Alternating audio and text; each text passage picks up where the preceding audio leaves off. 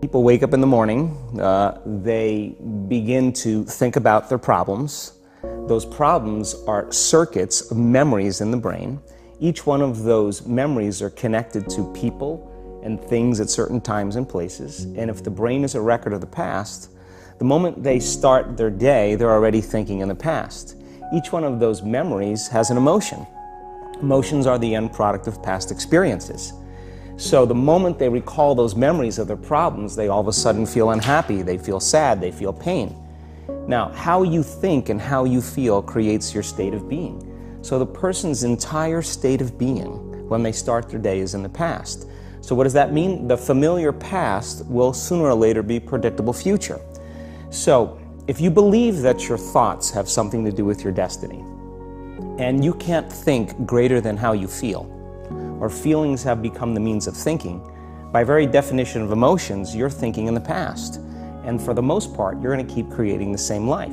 So then people grab their cell phone, they check their WhatsApp, they check their text, they check their emails, they check Facebook, they take a picture of their feet, they post it on Facebook, they tweet something, they do Instagram, they check the news, and now they feel really connected to everything that's known in their life. And then they go through a series of routine behaviors. They get out of bed on the same side, they go to the toilet, they get a cup of coffee, they take a shower, they get dressed, they drive to work the same way, they do the same things, they see the same people, they push the same emotional buttons, and that becomes the routine, and it becomes like a program. So now they've lost their free will to a program, and there's no unseen hand doing it to them. So when it comes time to change, the redundancy of that cycle becomes a subconscious program. So now 95% of who we are by the time we're 35 years old is a memorized set of behaviors, emotional reactions, unconscious habits, hardwired attitudes, beliefs, and perceptions that function like a computer program. So then a person can say with their 5% of their conscious mind, I want to be healthy, I want to be happy, I want to be free. But the body's on a whole different program. So then how do you begin to make those changes? Well, you have to get beyond the analytical mind, because what separates the conscious mind from the subconscious mind is the analytical mind. And that's where meditation comes in, because you can teach people through practice how to change their brainwaves, slow them down. And when they do that properly, they do enter the operating system where they can begin to make some really important changes. So most people then wait for crisis or trauma or disease or diagnosis. They wait for loss, some tragedy to make up their mind to change. And my message is, why wait? And you can learn and change in a state of pain and suffering, or you can learn and change in a state of joy and inspiration. And I think right now, the cool thing is that people are waking up. Most people spend 70% of their life living in survival and living in stress. So they're always anticipating the worst case scenario based on a past experience. And they're literally, out of the infinite potentials in the quantum field, they're selecting the worst possible outcome, and they're beginning to emotionally embrace it with fear. And they're conditioning their body into a state of fear. Do that enough times, body has a panic attack without you. You can't even predict it because it's programmed subconsciously. So people become addicted to the rush of those emotions, and they use the problems and conditions in their life to reaffirm their limitation, so at least they can feel something. So now when it comes time to change, you say to the person, why are you this way? Well, every time they recall the event, they're producing the same chemistry in their brain and body as if the event is occurring, firing and wiring the same circuits, and sending the same emotional signature to the body. Well, what's the relevance behind that? Well, your body is your unconscious mind. In a sense, if you're sitting down and you start thinking about some future worst case scenario that you're conjuring up in your mind, and you begin to feel the emotion of that event, your body doesn't know the difference between the event that's taking place in your world, outer world, and what you're creating by emotion or thought alone. So most people then, they're constantly reaffirming their emotional states. So when it comes time to give up that emotion, they can say, I really want to do it, but really the body is stronger than the mind because it's been conditioned that way. So the servant now has become the master, and the person all of a sudden, once they step into that unknown, they'd rather feel guilt and suffering because at least they can predict it. Being in the unknown is a scary place for most people because the unknown is uncertain. People say to me, well, I can't predict my future. I'm in the unknown, and I always say the best way to predict your future is to create it. Not from the known, but from the unknown. What thoughts do you want to fire and wire in your brain? What behaviors do you want to demonstrate in one day? The act of rehearsing them mentally, closing your eyes, and rehearsing the action.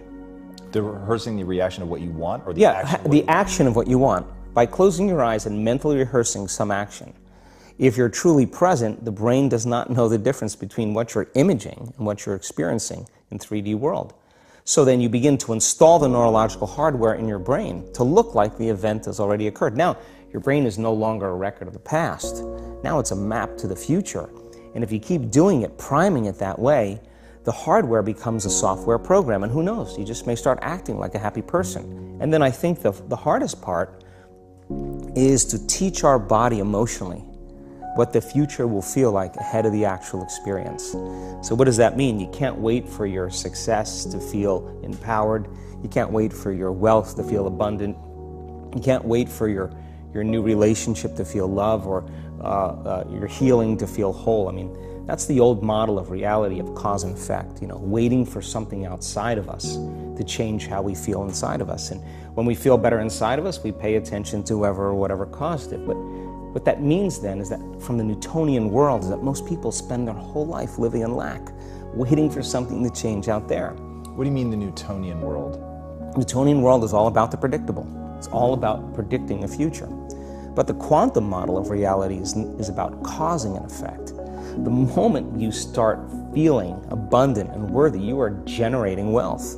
The moment you're empowered and feel it, you're beginning to step towards your success. The moment you start feeling whole, your healing begins. And when you love yourself and you love all of life, you'll create an equal. And now you're causing an effect.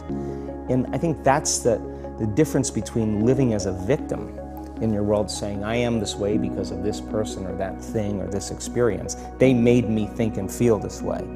When you switch that around, you become a creator of your world, and you start saying, my thinking and my feeling is changing an outcome in my life. And now that's a whole different game, and we start believing more that we're creators of reality.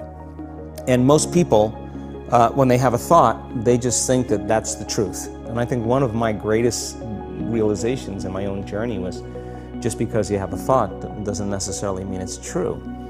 So if you think 60 to 70,000 thoughts in one day, and we do, and 90% of those thoughts are the same thoughts as the day before, and you believe that your thoughts have something to do with your destiny, your life's not going to change very much, because the same thought leads to the same choice leads to the same behavior creates the same experience, and the same experience produces the same emotion. And so then the act of becoming conscious of this process to begin to become more aware of how you think, how you act, and how you feel. It's called metacognition. And so then, why is that important? Because the more conscious you become of those unconscious states of mind and body, the less likely you're going to go unconscious during the day. And that thought is not going to slip by your awareness unchecked, because it means to know thyself. The word meditation means to become familiar with. So as you become familiar with the thoughts, the behaviors, and the emotions of the old self, you're retiring that old self. As you fire and wire new thoughts and condition the body into a new emotional state, if you do that enough times, it'll begin to become familiar to you. So it's so important, just like a garden. If you're planting a garden, you got to get rid of the weeds. You got to take the plants from the past year and you got to pull them out. The rocks that sift to the top that are like our emotional blocks, they have to be removed. The soil has to be tenderized and broken down. We have to make room to plant a new garden. So primarily, we learn the most about ourselves and others when we're uncomfortable. Because the moment you move into that uncomfortable state, normally a program jumps in. When that program jumps in, it's because the person doesn't want to be in the present moment and engage it consciously. If you're not being defined by a vision of the future, then you're left with the old memories of the past, and you will be predictable in your life. And if you wake up in the morning and you're not being defined by a vision in the future, as you see the same people and you go to the same places and you do the exact same thing at the exact same time, It's no longer that your personality is creating your personal reality. Now your personal reality is affecting or creating your personality. Your environment is really controlling how you think and feel unconsciously, because every person, everything, every place, every experience has a neurological network in your brain. Every experience that you have with every person produces an emotion. So some people will use their boss to reaffirm their addiction to judgment. They'll use their enemy to reaffirm their addiction to hatred. They'll use their friends to reaffirm their addiction to suffering. So now they need the outer world to feel something. So to change then is to be greater than your environment, to be greater than the conditions in your world. And the environment is that seductive. So then why is meditation the tool? Well, let's sit down, let's close our eyes. Let's disconnect from your outer environment. So if you're seeing less things, there's less stimulation going to your brain. If you're playing soft music or you have earplugs in, less sensory information coming to your brain, so you're disconnecting from your environment. If you can sit your body down and tell it to stay like an animal, stay right here. I'm going to feed you when we're done. You can get up and check your emails, you can do all your texts, but right now, you're going to sit there and obey me. So then, when you do that properly, and you're not eating anything or smelling anything or tasting anything, you're not up experiencing and feeling anything, you would have to agree with me that you're being defined by a thought, right? So when the body wants to go back to its emotional past, and you become aware that your attention is on that emotion, and where you place your attention is where you place your energy, you're siphoning your energy out of the present moment into the past, and you become aware of that. And you settle your body back down in the present moment, because it's saying, well, it's 8 o'clock. You normally get upset because you're in traffic around this time. And here you are sitting, and we're used to feeling anger, and you're off schedule. Oh, it's 11 o'clock, and you usually check your emails and judge everybody. Well, the body's looking for that predictable chemical state. Every time you become aware that you're doing that, and your body is craving those emotions, and you settle it back down into the present moment, you're telling the body, it's no longer the mind, that you're the mind, and now your will is getting greater than the program. And if you keep doing this over and over again, over and over again, over and over again, just like training a stallion or a dog, it's just going to say, I'm going to sit. And the moment that happens, and the body's no longer the mind, when it finally surrenders, there's a liberation of energy.